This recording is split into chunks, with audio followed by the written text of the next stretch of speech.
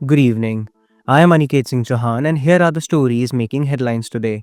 From a major breakthrough in the 2611 Mumbai terror case to a 63,000 crore Rafale deal for the Navy, and from Nepal's royalist resurgence to Donald Trump's sweeping tariffs on China.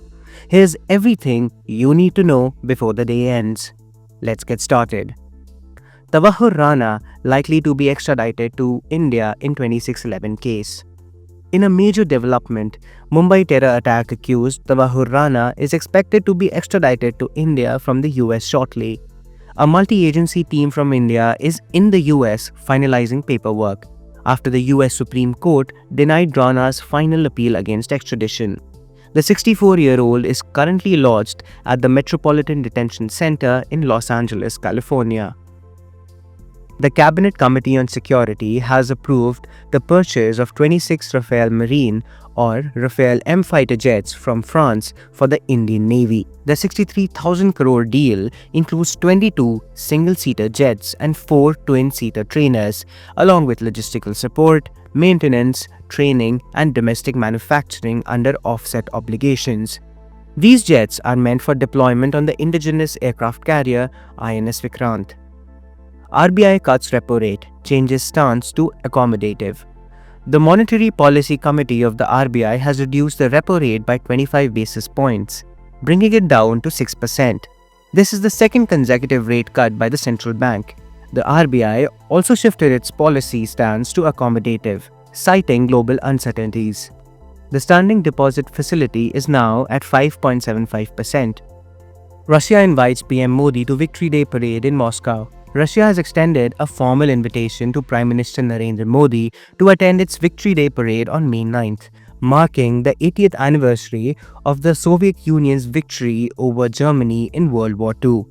The visit is currently being worked out, with several world leaders expected to be in attendance.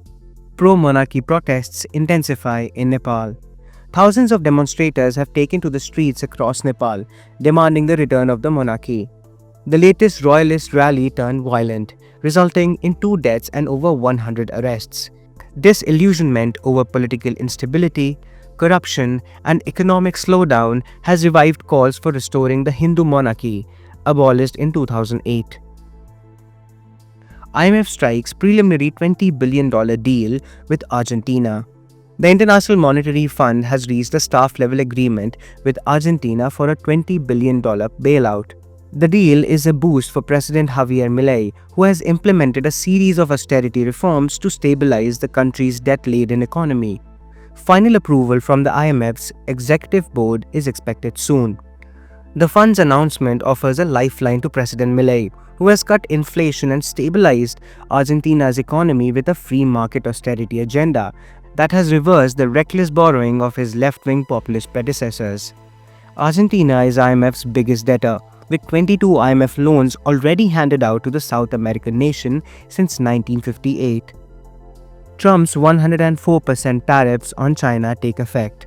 The US-China trade war has escalated with the enforcement of sweeping new tariffs by President Donald Trump. Chinese goods now face up to 104% additional levies, triggering global market jitters and inflation concerns. Trump insists the move will bring manufacturing back to the US, but economists remain skeptical about the timeline and impact. The global economy has already been rocked since sweeping 10% US tariffs took effect over the weekend, triggering a dramatic market sell-off worldwide and sparking recession fears. That's all for now. For more such videos, please subscribe to The Hindu.